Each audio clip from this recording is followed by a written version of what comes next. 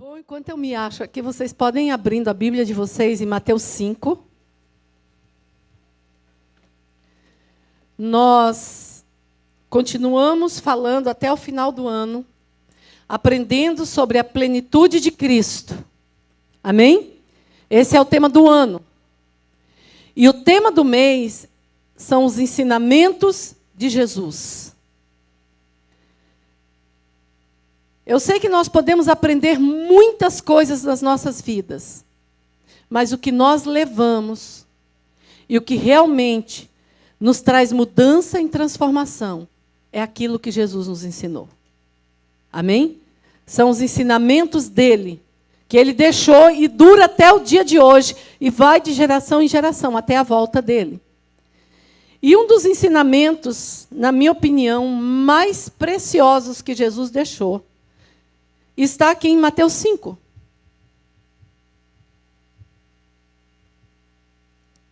Ele fala sobre as bem-aventuranças.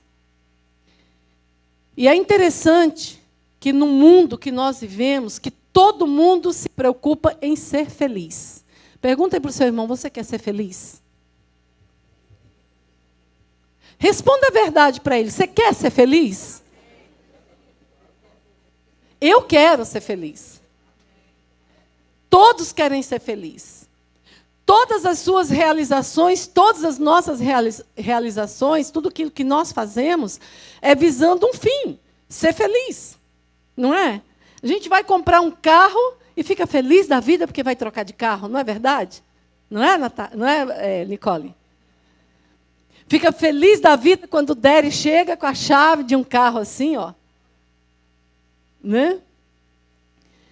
Vai casar, arruma uma namorada, um namorado, fica feliz da vida.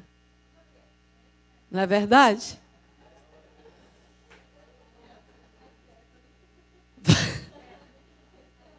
Gente, deixem o Paulo e a Stephanie em paz, gente. Que coisa!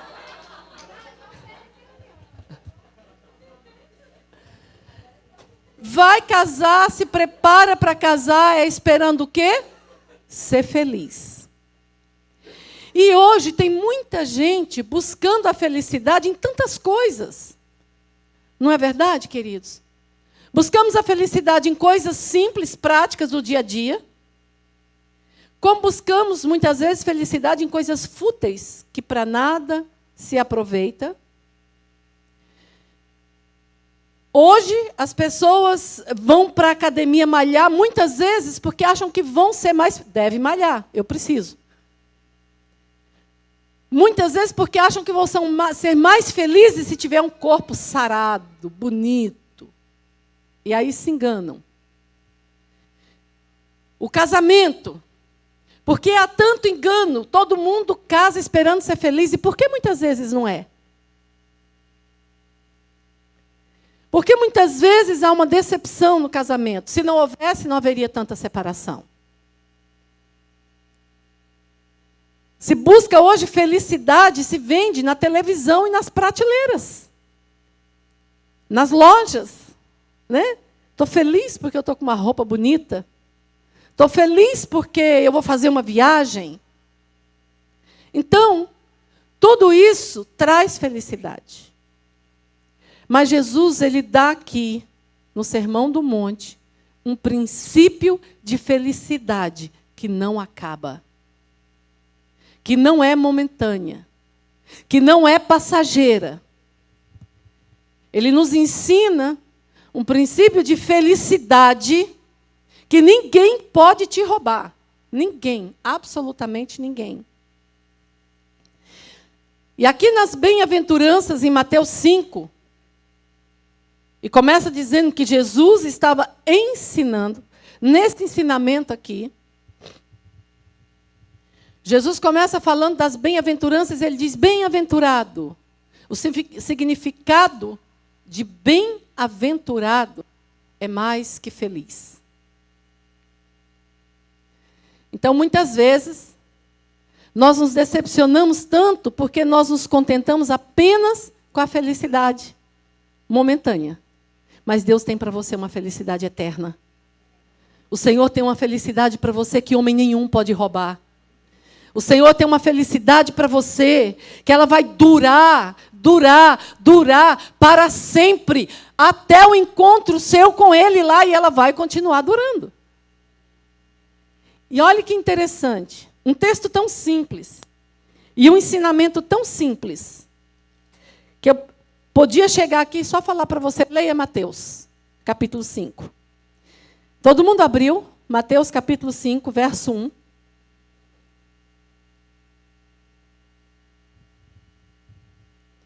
Posso ouvir um glória a Deus de quem abriu? Ele diz assim: quando viu as multidões, Jesus subiu ao monte, havendo-se sentado, e seus discípulos se aproximaram. E ele começou a ensinar-lhes, dizendo: bem-aventurados os pobres de espírito, pois deles é o reino do céu. Bem-aventurados os que choram, pois serão consolados. Bem-aventurados os humildes, pois herdarão a terra.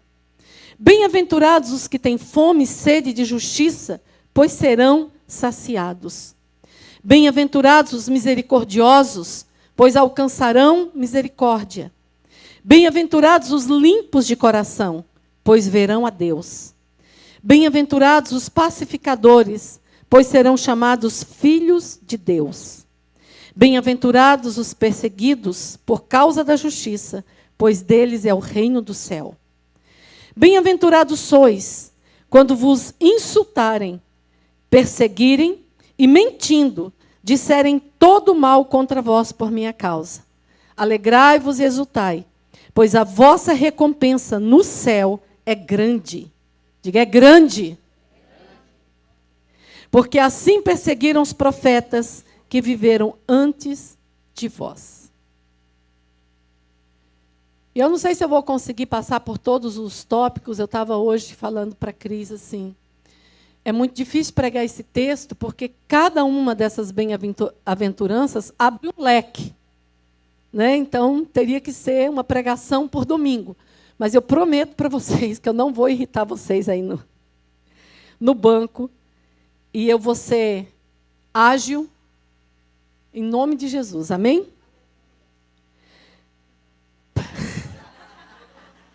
Nossa, que disfarce maravilhoso. Só faltou dar glória a Deus misturado com aleluia. E eu quero... Às vezes a gente passa assim e lê tudo isso. O que será que o Senhor quer dizer com cada uma dessas frases? O que será que o Senhor Jesus está nos ensinando quando Ele diz: bem-aventurados, mais que felizes, são os pobres de espírito? Essa palavra pobre de espírito, ela é usada de uma forma errada. Às vezes, a pessoa olha para alguém, né, e fala assim: ai, aquela pessoa ali é pobre de espírito. Né? Pobre de espírito. E julga a pessoa. O que é pobre de espírito?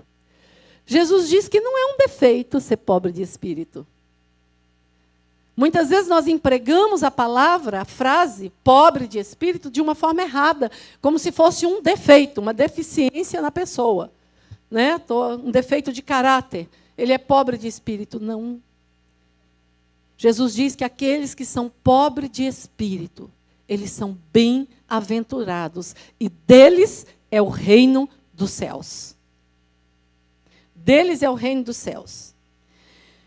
Pobres de espírito, tem outras versões que falam humilde de espírito, se caracteriza pelo fato da pessoa ter dentro de si, preste atenção nisso, dentro de si, o reconhecimento de que ele não é nada.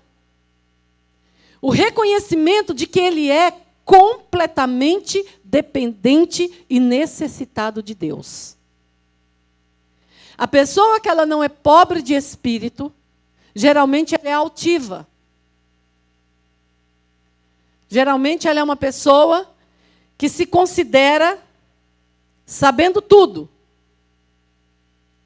entendendo um pouquinho de tudo. Mas Jesus diz que o pobre de espírito é aquele que se esvazia de si mesmo para poder ser cheio dele. Esse é o pobre de espírito. Não existe nenhuma receita de como ser pobre de espírito. Não existe receita. Mas existe exemplo. A palavra de Deus diz que Jesus, ele sendo Deus, ele não usurpou ser igual a Deus. Antes ele se esvaziou, assumindo forma de homem. Ele se esvaziou, se igualando a nós, pobres pecadores, para cumprir a vontade de Deus. Então, queridos, nós podemos entender que o pobre de espírito é aquele que se esvazia de si mesmo e se entrega à submissão e à obediência a Deus. Que depende de Deus em tudo. Que depende de Deus para qualquer situação. Ela entende que ela não é autossuficiente para nada. Para absolutamente nada. No versículo 4, ele diz assim: bem-aventurados os que choram, pois serão consolados. Ai, mas chorar é tão ruim, não é? Vocês viram aqui que a Tânia e eu não podem nem falar, porque já chora. Alguém vai falar alguma coisa, eu me seguro, eu falo, não vou chorar, eu não vou chorar. Mas é muito difícil. Mas de que choro Jesus está falando? Será que é aquele choro de raiva? Você já viu gente chorar de raiva? Já viu? Tem gente que chora de raiva, né?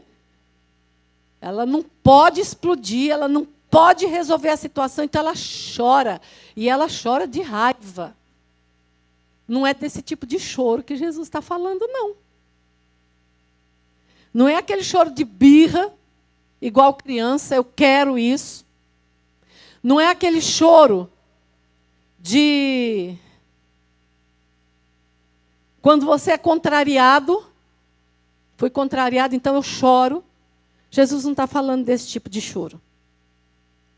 Eu vou ler para você aqui, segundo o dicionário, o significado da palavra chorar. É uma reação física, uma manifestação de algo que nos vai na alma e que normalmente pode ser sinal de alegria, dor, tristeza, emoção, quebrantamento. Ou seja, nós podemos ver que nós choramos por vários motivos. Então, o choro, ele é uma descarga emocional. O choro é uma descarga emocional. Quando ele está falando que é bem-aventurados que choram, olha o que ele diz assim. Eu vou dar 2 exemplos de choro na palavra de Deus. Pedro, 2 motivos de choro. Um deles é bem conhecido. Todo mundo sabe que Pedro traiu Jesus, não sabe? Todo mundo sabe aqui? Todo mundo é crente? Negou Jesus? Quem? Eu falei a palavra trocada, errada. Ele negou Jesus. Negação é uma traição. Né? Judas entregou e ele negou.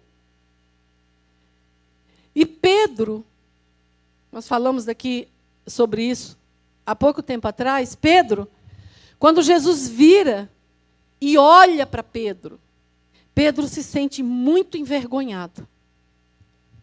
E Pedro chora. E chora amargamente. Aquele choro de Pedro é um exemplo de choro que nós, crentes, precisamos ter. Um choro que se arrepende daquilo que fez. Todos nós pecamos, todos nós erramos, todos nós, todos os dias, temos motivo para nos arrepender de algo. Nós não podemos ficar pessoas com o canal lacrimal da alma cauterizado, de forma que eu não me quebranto mais, eu não choro mais, eu não me arrependo mais, eu não enxergo mais os meus erros, e eu não me arrependo mais. Ninguém viu aquele choro de Pedro, mas Jesus viu. Jesus contemplou, ninguém viu o coração arrependido de Pedro, mas Jesus viu o coração arrependido de Pedro. E quando Jesus ressuscita, ele manda um recado assim: diga aos discípulos e a Pedro que eu ressuscitei. Ele estava dizendo, diga aos discípulos e a Pedro que eu não vou levar em conta o pecado dele, a atitude dele, porque nele houve um choro de arrependimento e de quebrantamento. E Jesus diz aqui que é mais do que feliz aqueles que reconhecem o seu caminho, se arrepende e chora de arrependimento. Vou dar um outro exemplo. Jesus, quando se aproximou da cidade, quando se aproximou de Jerusalém, está lá em Lucas 19:41. E ele viu a miséria, ele viu a situação do povo perdido, sem direção, sem Deus, fazendo tudo errado. A Bíblia diz que Jesus chorou. Vamos ver? Lucas 19:41. E quando se aproximou, viu a cidade e chorou por ela. Chorou por ela. Ele se comoveu e ele chorou por ela. Por quem é que você tem chorado? Por quem é que você tem derramado as suas lágrimas de compaixão? Por quem é que eu tenho chorado? E tenho sentido as dores por aquela pessoa? Será que nós temos orado pela cidade que nós vivemos? Pelo povo sem Deus? Será que nós temos chorado por aqueles que estão padecendo, que estão sofrendo, que estão indo para o inferno? Será que nós temos chorado por eles? E nos compadecido deles? Esse é um exemplo de choro. Um outro exemplo de choro, quando nós sofremos perda. Em João 11, mostra a história de Marta, Maria e Lázaro. Lázaro havia morrido. Maria e Marta haviam sofrido uma perda. E como perda dói. Não é verdade, queridos? Às vezes, nós perdemos pessoas, perdemos algo, sem elas terem morrido. Mas nós perdemos, isso dói. Isso traz dor, isso traz sofrimento. E naquela casa, e naquela família, havia um choro. E quando Jesus chega e vê aquela situação todinha, ele chora junto. A Bíblia diz, e Jesus se comoveu no espírito, e Jesus chorou. Será que nós temos nos comovido em espírito e chorado pela perda do outro? Por causa da derrota do outro? Eu quero dizer algo para você, Jesus espera esse tipo de choro das nossas vidas. A Bíblia diz que nós devemos chorar com os que choram e nos alegrar com os que se alegram. E muitas vezes o nosso irmão está do nosso lado e nós não temos conhecimento do choro dele. E eu quero falar algo para você. Ele diz, é bem-aventurados que choram, por quê? Por quê? Serão consolados. Há um consolo da parte de Deus para o seu choro. Há um consolo. A Bíblia diz que o choro pode durar uma noite todinha, mas ao amanhecer vem a alegria, vem um tempo novo, vem algo novo para a sua vida. Há um consolo, há um refrigério da parte de Deus. Então nós precisamos desobstruir os nossos canais lacrimais e chorar na presença de Deus, chorar pelos perdidos, chorar pela cidade, chorar pela igreja, chorar pelo irmão que sofreu perda, chorar pelos nossos filhos, chorar pela nossa família. Nós precisamos voltar a chorar diante do Senhor. Eu gosto muito de uma música que é assim, ó. Quem chora para Deus tem resposta, porque Deus não suporta ver a lágrima de um crente não agir. O céu se comove na hora, e não há no mundo quem é uma. E só Deus tem o poder de interpretar. E o crente chora para Ele porque sabe que Ele é o único que pode consolar. Quem chora para Deus tem resposta. Tem resposta. Você pode estar chorando hoje, mas amanhã a resposta vem. Não deixe de chorar para o Senhor. Não deixe de chorar pedindo mudança para a sua vida. Não deixe de chorar. Não deixe de enxergar a realidade diante de você e chorar para o Senhor. Porque quem chora para Deus tem resposta. Quem chora para Deus tem consolo. Quem chora para Deus vê a alegria daqui a pouco. Amém? Então diga para o seu irmão, pode chorar à vontade. Pode chorar, Kênia? Pode chorar, Tânia?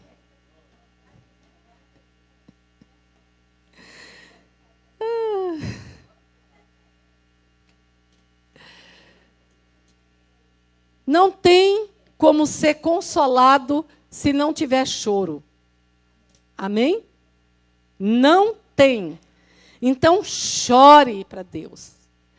Bem-aventurados aqueles que choram, porque serão consolados. E o consolo vem do próprio Deus. Do próprio Deus. Não desista das suas causas. Chore diante dele. Porque ele tem consolo, ele tem vitória. Bem-aventurados humildes, porque herdarão. Olha o que os humildes herdarão. Você está vendo aí na sua Bíblia? O que eles herdarão? Herdarão a terra. Quem está no curso ali fora e tem aprendido sobre humildade? Só tem 2. Como diz a própria professora, ela tem orgulho de ser humilde.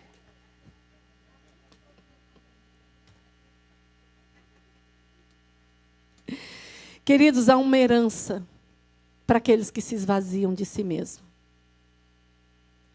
Há uma herança para aqueles que se humilham.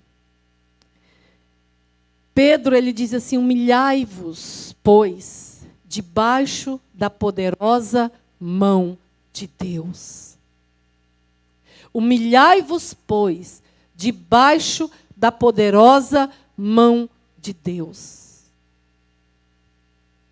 Nós precisamos, muitas vezes, diante de circunstâncias e situações que estamos passando, entender aonde Deus quer quebrar o nosso orgulho. Entender o momento certo de nós simplesmente abrirmos mão e deixarmos Deus trabalhar. E você sabe qual é o momento certo? Você sabe reconhecer esse momento? Esse momento é todo o tempo. Esse momento é contínuo. O nosso coração é enganoso e é desesperadamente corrupto. Desesperadamente corrupto. Muitas vezes, eu vejo pessoas, às vezes eu estou aconselhando alguém, a pessoa chega para mim e fala assim, pastora, eu sou tão humilde.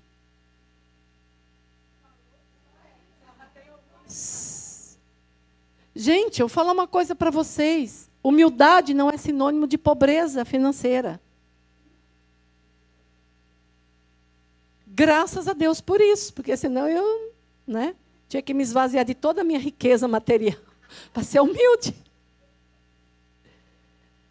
Humildade está ligada lá no primeiro, quando Jesus diz assim: bem-aventurados os pobres de espírito, porque herdarão o reino de Deus. Ele vem aqui e ele diz: bem-aventurados os humildes, porque herdarão a terra. Os humildes reinarão na terra e reinarão no céu.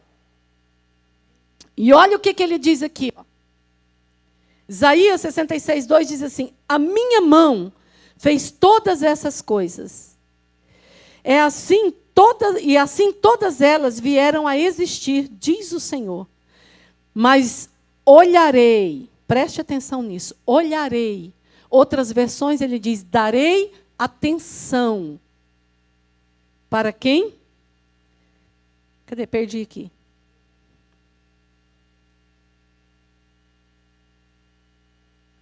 Isaías 66:2. Mas olharei, darei atenção ao humilde e contrito de espírito, que treme diante da minha palavra.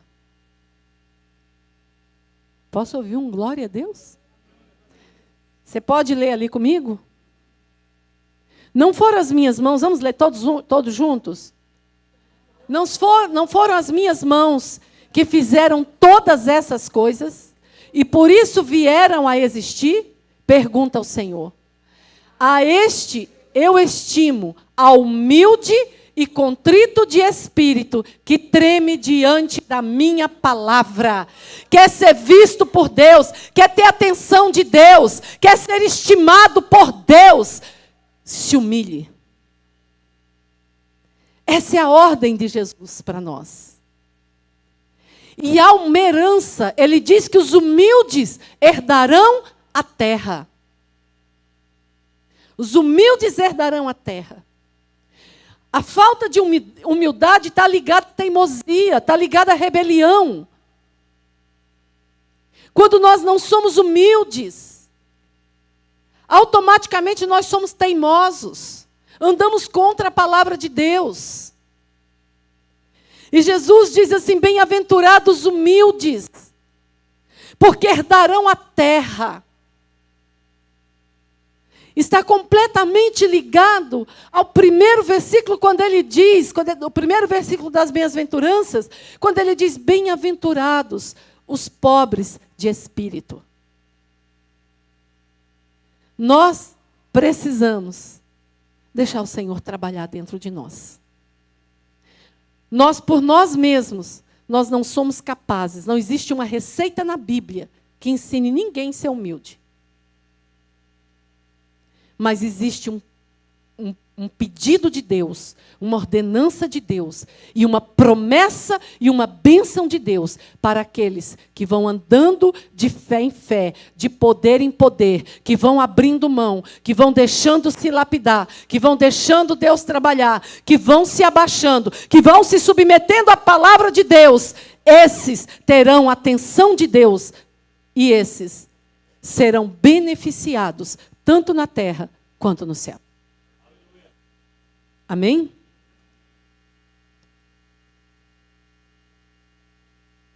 Qual que falta agora? Bem-aventurados os que têm sede e fome de justiça. E se nós, se nós fizermos assim como que eu vou falar? Uma avaliação em nós mesmos, como nós somos justiceiros, não é verdade, queridos? Como nós somos justiceiros. Nós sabemos de uma situação qualquer, nós estamos de fora, nós estamos olhando, de repente sobe aquela ira na gente, ai, que raiva daquela pessoa. Não é? Você já pensou se Deus trocasse com você 5 minutos, deixasse você ser ele assim por 5 minutos, o que você faria? Hã? eu faria um desastre na terra. Eu deixava um rombo que ia ser difícil de consertar depois.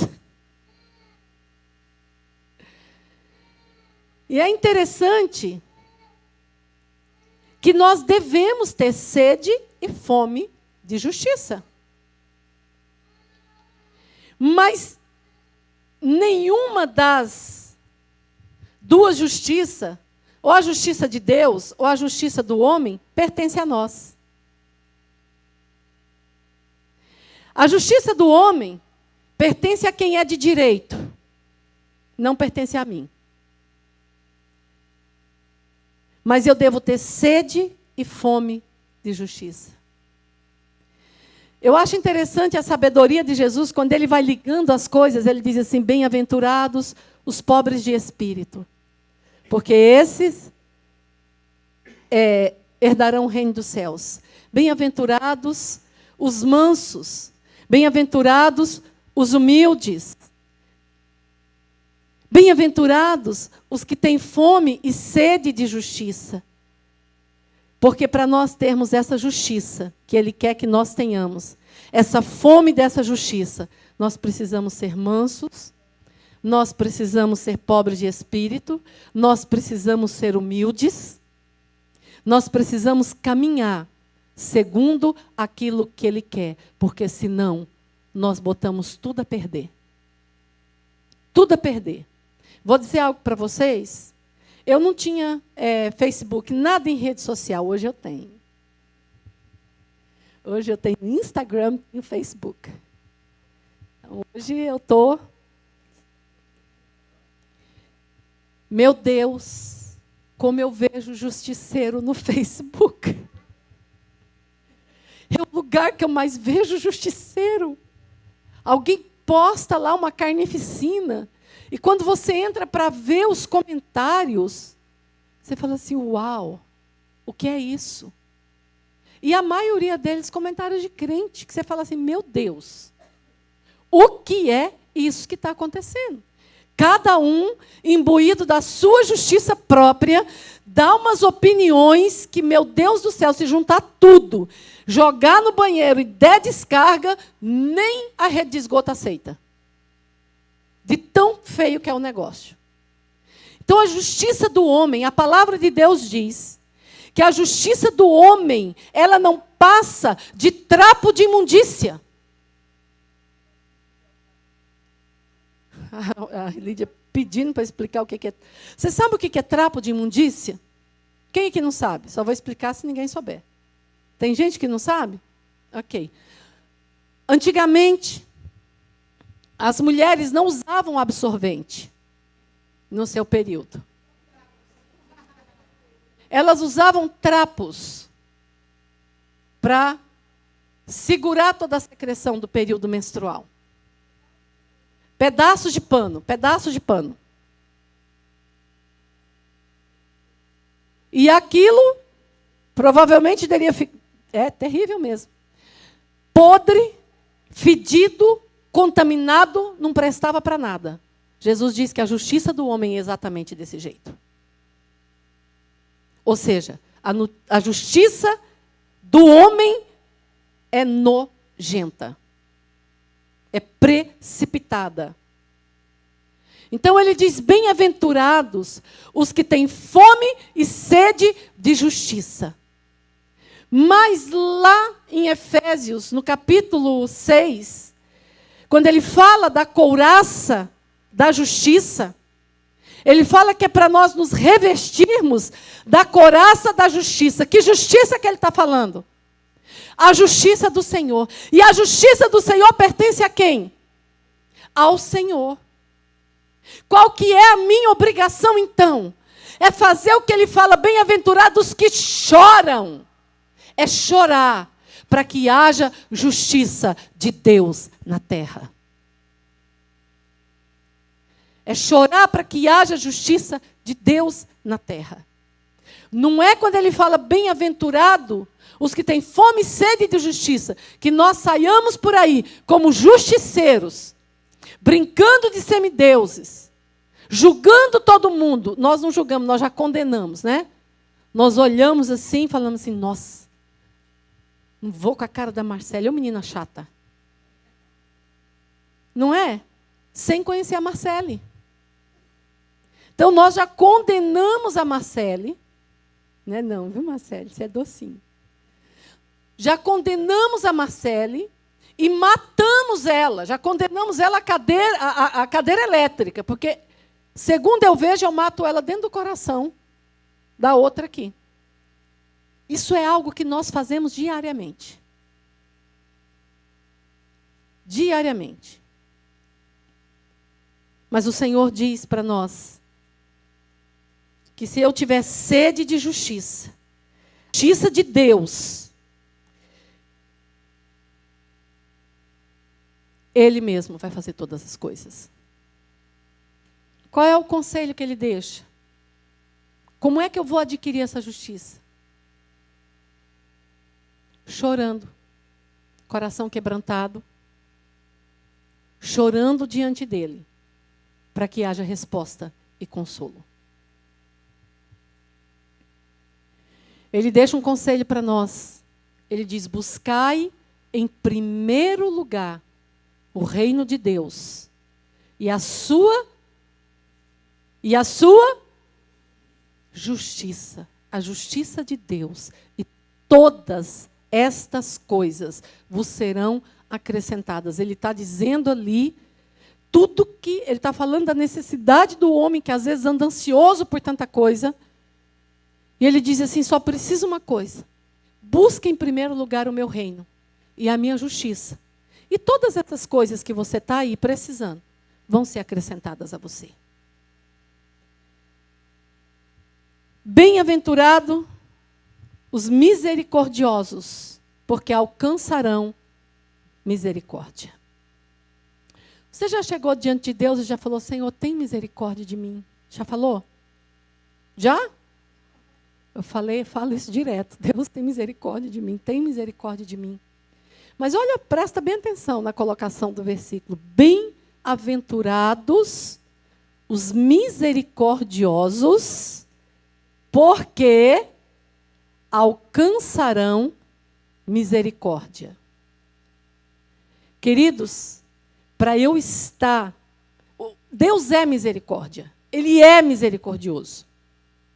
E se nós estamos de pé, é por causa da misericórdia dele. Mas ele diz que quanto mais misericordioso eu for, mais eu vou alcançar misericórdia. Hoje, a igreja do Senhor, não estou falando essa não, a igreja de Deus não sabe mais o que é misericórdia. A correria do dia a dia, o atropelamento do dia a dia, nós não nos compadecemos mais por nada, nem por ninguém. Nós acostumamos ver as notícias ruins e passou. Nós acostumamos ver o nosso irmão padecendo alguma necessidade e passa. E muitas vezes nós estamos orando, jejuando, lendo Bíblia, orando, jejuando, lendo Bíblia, e orando, e jejuando, e lendo Bíblia, e vindo na igreja no domingo. Isso é misericórdia? Jesus diz assim, ó, Mateus 9,13. Portanto, ide aprender. Portanto, ide aprender o que é dito lá em Oséias. Misericórdia eu quero, e não sacrifício. E o conhecimento de Deus, mais que todas as coisas. E de aprender. Se ele está mandando a igreja ir aprender, é porque a igreja está precisando. Amém? Misericórdia eu quero. Nós devemos jejuar? Devemos. Devemos orar? Devemos. Quem é crente sabe que tem que fazer isso, assim como quem nasce sabe que tem fome e tem que comer. Devemos, mas nós devemos conhecer Deus. Misericórdia eu quero. E não sacrifícios. Mas o conhecimento de Deus. E o conhecimento de Deus mais que todas as coisas. Mais que todas as coisas. Sabe por quê? Porque quanto mais eu conheço Deus, mais eu tenho um coração misericordioso, porque Ele é misericórdia. Ele é misericórdia. Eu não posso me contentar com o conhecimento de Deus que eu tenho hoje. Eu tenho que aprender o que é misericórdia. Só aprendo misericórdia conhecendo aquele que é misericordioso. Como? Buscando a face dele e deixando ele delatar meu coração. Dilatar, né? É dilatar ou delatar? Dilatar. Delatar é outra palavra, né? É. Dilatar meu coração em amor. Em amor. Em amor. Porque é impossível ter misericórdia e compaixão se eu não tiver amor. Amém? Bem-aventurados limpos de coração, porque verão a Deus. Eu vou parar nessa bem-aventurança aqui para eu não atrasar. Bem-aventurados os limpos de coração, porque verão a Deus. Verão a Deus. Verão a Deus. Olha a preocupação do Senhor em nós guardarmos o nosso coração. Quer ver Deus? Quer contemplar Deus? Deus é puro. Deus é santo. Quer ver Deus em toda e qualquer circunstância e situação na sua vida? Provérbios, capítulo 4, verso 23, ele nos dá uma receita. Ele diz sobre tudo que deves guardar, guarda o teu coração. Porque dele procede as fontes da vida. Guarda teu coração. Queridos, um coração entulhado, não tem condições de ver Deus. Um coração entulhado não enxerga quem Deus é. Um coração entulhado, ele gera um tanto de situações na nossa vida, um tanto de dano na nossa vida, que nós não podemos nem imaginar. E uma delas é nós não contemplarmos Deus. Ele fala, bem-aventurados os limpos de coração. Não deixe nada entulhar seu coração. Não deixe seu coração virar uma pedreira ou um lixão, absorvendo tudo. Tem gente que é como esponja. Absorve tudo para ela, para dentro dela. E aquilo fica com aquele coração grande, entulhado.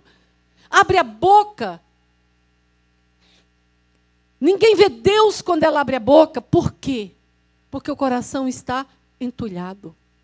Jesus diz, bem-aventurados os limpos de coração, porque verão a Deus. Verão a Deus. Eu quero ver Deus. Eu quero contemplar a glória de Deus. Eu não quero maledicência dentro do meu coração. Eu não quero mágoa, rancor, coisas dentro do meu coração que venha me impedir de contemplar a face do meu Senhor. Eu quero ser feliz. Entendendo que bem-aventurado, a palavra bem-aventurado é mais do que feliz. Eu vou guardar meu coração para que eu seja feliz. Amém? Eu recebi um videozinho, alguém me mandou, e ele está contando uma história que estava dentro do ônibus. Ele estava dentro do ônibus e uma pessoa, vendo um vídeo no celular, começa a rir dentro do ônibus. Diz que ria. E disse que a princípio um ficou olhando, outro ficou olhando. Diz que daqui a pouco o outro foi começando a rir com a risada dele. E o outro foi começando a rir, o outro foi começando a rir. E o ônibus todo foi contagiado por aquela risada. Por aquela alegria que aquela pessoa estava sentindo na hora. Então, um coração limpo, a Bíblia diz que ele aformoseia o rosto. A pessoa que tem um coração puro, que tem um coração limpo, ele é alegre. E um coração alegre traz formosura para o rosto. Um coração alegre expressa beleza. Olha para o seu irmão. Dá um sorriso para ele. Olha aí, ó. Você pode ver um coração alegre aí no seu irmão? Um coração alegre faz um rosto formoso. Jesus diz que é mais que feliz quem tem um coração limpo. E um coração limpo é um coração alegre, é um coração que não tem entulhos. É um coração que não tem mágoas, que não tem rancores, suspeitas, despeitas. É um coração que entende quem ele é em Cristo Jesus. Em Cristo Jesus, eu sou mais que vencedor. Em Cristo Jesus, eu fui curado. Em Cristo Jesus, eu fui liberto. Em Cristo Jesus, eu sou próspero. Em Cristo Jesus, eu sou feliz. Sou mais que bem-aventurado. Amém? Glória a Deus. Aleluia. Então, sobre tudo que você deve guardar, o que você guarda? O seu coração. Guarde seu coração para ser bem-aventurado, para ser mais que feliz. E essa felicidade nós não vamos encontrar nos sites de compra. Nós não vamos encontrar na academia. Nós não vamos encontrar na cirurgia plástica. Nós não vamos encontrar no namorado. Nós podemos encontrar felicidade em tudo isso. Podemos ter felicidade em tudo isso quando nós encontrarmos a real felicidade. A bem-aventurança de que Jesus está falando aqui. E Ele vai dando os passos para a gente. Ele vai nos dando os passos. E Ele diz assim, por último, bem-aventurados sois quando vos insultarem e perseguirem e mentindo disserem todo mal contra vós por minha causa. Permaneça nele. Independente de quem se levantar contra você. Independente do mal que disserem contra você. Independente de mentiras, de injúrias, de calúnia. Queridos, desde que o mundo é mundo, isso existe. Jesus passou por tudo isso. E Ele teve autoridade para dar esse ensino. Seja bem-aventurado como Jesus. Paulo chega num ponto que ele diz assim, sejam meus imitadores, como eu sou de Cristo. Gente, isso fala tanto comigo. É difícil eu ler isso e não engasgar para chorar. Porque como eu queria chegar num ponto de dizer para todo mundo, sejam meus imitadores como eu sou de Cristo. E eu espero que um dia eu chegue nesse patamar. Amém? Alegrai-vos e exultai, pois a vossa recompensa no céu é grande. Alegrai-vos e exultai, pois a vossa recompensa no céu é grande. Quem aqui quer ir para o céu? 2 pessoas querem ir para o céu, gente. Uma igreja com tanta gente. Quem aqui quer ir para o céu? Glória a Deus! Aumentou o número, foi para 5. Amém, queridos? Fique de pé.